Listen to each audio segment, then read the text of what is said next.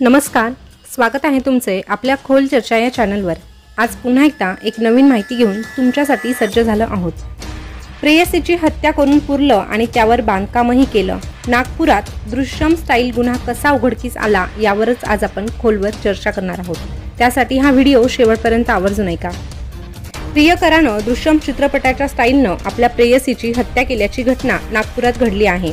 लष्करात काम करणाऱ्या तरुणानं प्रेयसीची हत्या करून मृतदेह पुरला आणि पुरावे नष्ट करण्याच्या हेतूने त्यावर चक्क सिमेंट कॉन्क्रीटचा प्लास्टर देखील केलं, असं पोलिसांनी सांगितलेलं आहे।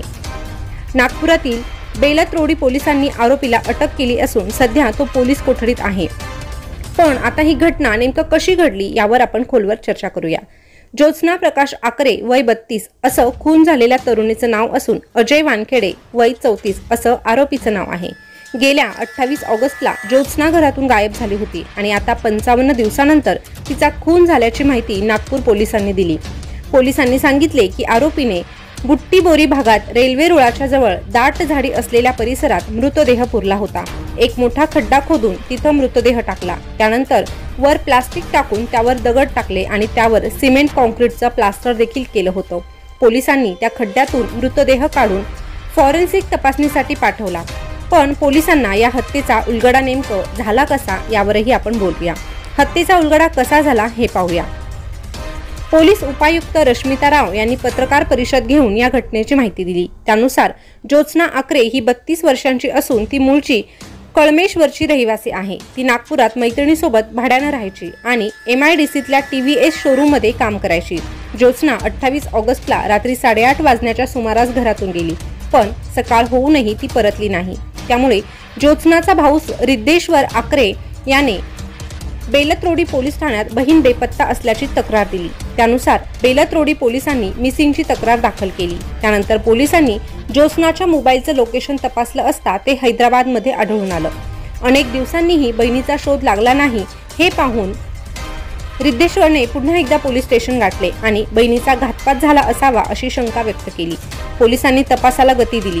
ज्योत्स्नाच्या मोबाईलवर कॉल केला असता तो एक ट्रक चालकाने उचलला आणि हा मोबाईल ट्रकमध्ये सापडला असल्याचे त्याने सांगितले। पोलिसांनी ट्रक चालकाला पोलीस बेलतरोडी स्टेशनमध्ये बोलवले आणि त्याने तो मोबाईल पोलिसांच्या ताब्यात दिला। पोलिसांनी सर्व कॉल रेकॉर्ड तपासले आणि त्यातून पुढील गोष्टींचा उलगडा झाला। दृश्यम चित्रपटात देखील पोलिसांची दिशाभूल करण्यासाठी मोबाईल ट्रकमध्ये फेकल्याचे दाखवले आहे। त्यामुळे असे वाटते की ती व्यक्ती प्रवास करत आहे, त्याचप्रमाणे आरोपीने केले असावे असा संशय आहे। पोलिसांनी मोबाईलमधून कॉल रेकॉर्ड तपासले असता अजय वानखेडे आणि ज्योत्स्ना यांचे वारंवार फोन दिसले, तसेच काही पैशांचे व्यवहार देखील दिसून आले। ज्योत्स्नाचं शेवटचं लोकेशन आणि आरोपीचं लोकेशन देखील सारखंच दिसलं। तसेच चौकशी दरम्यान पोलिसांनी बेचा चौकातील CCTV फुटेज सुद्धा मिळवले होते। त्यामध्ये एक गाडी आढळून आली। त्यामुळे पोलिसांना आणखी संशय आला आणि त्यांनी त्या दृष्टीने तपास करायला सुरुवात केली। घटना घडल्याच्या 2 दिवसानंतर आरोपी हा पुण्याच्या रुग्णालयात मधुमेहासाठी उपचार घेत होता। रुग्णालयाला फोन करून डिस्चार्ज देऊ नका असं सांगितलं, पण आरोपी तोवर फरार झाला होता। मधल्या काळात त्यानं अटकपूर्व जामिनीसाठी नागपूर सत्र न्यायालयात अर्ज देखील केला होता। त्यामुळे आरोपी हाच आहे हे पोलिसांना समजलं। कोर्टानं त्याचा जामीन फेटाळला। त्यानंतर गेल्या 18 ऑक्टोबरला आरोपी स्वतःच पोलिसांसमोर शरण आला आणि आपण हत्या केल्याचं त्याने कबूलही केलं। पोलिसांनी गुन्हा दाखल करून 21 ऑगस्टला पुरलेला मृतदेह बाहेर काढला।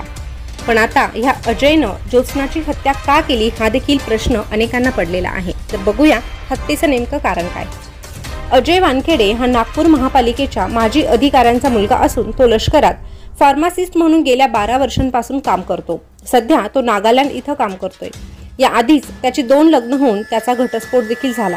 तो 3ऱ्या लग्नासाठी मुलगी शोधत होता। त्यात मॅट्रिमोनी साईटवरून त्याची ज्योत्स्नासोबत ओळख झाली। ज्योत्स्नाचा देखील घटस्फोट झालेला होता। ती देखील लग्नासाठी मुलगा शोधत होती।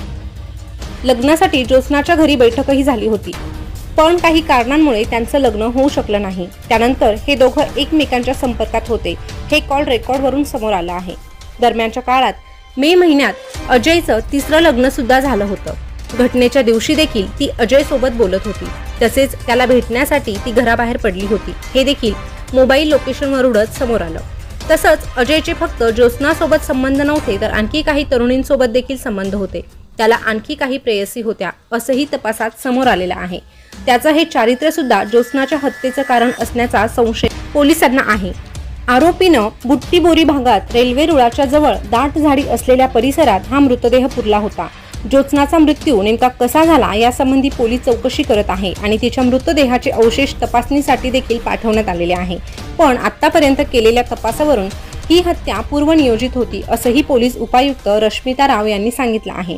आरोपी अजयला मधुमेहाचा गंभीर आजार आहे। कधीही त्याच्या रक्तातील साखर वाढून तो बेशुद्ध होऊ शकतो, त्यामुळे तपासात देखील अडचणी येत असल्याचं पोलिसांचं म्हणणं आहे।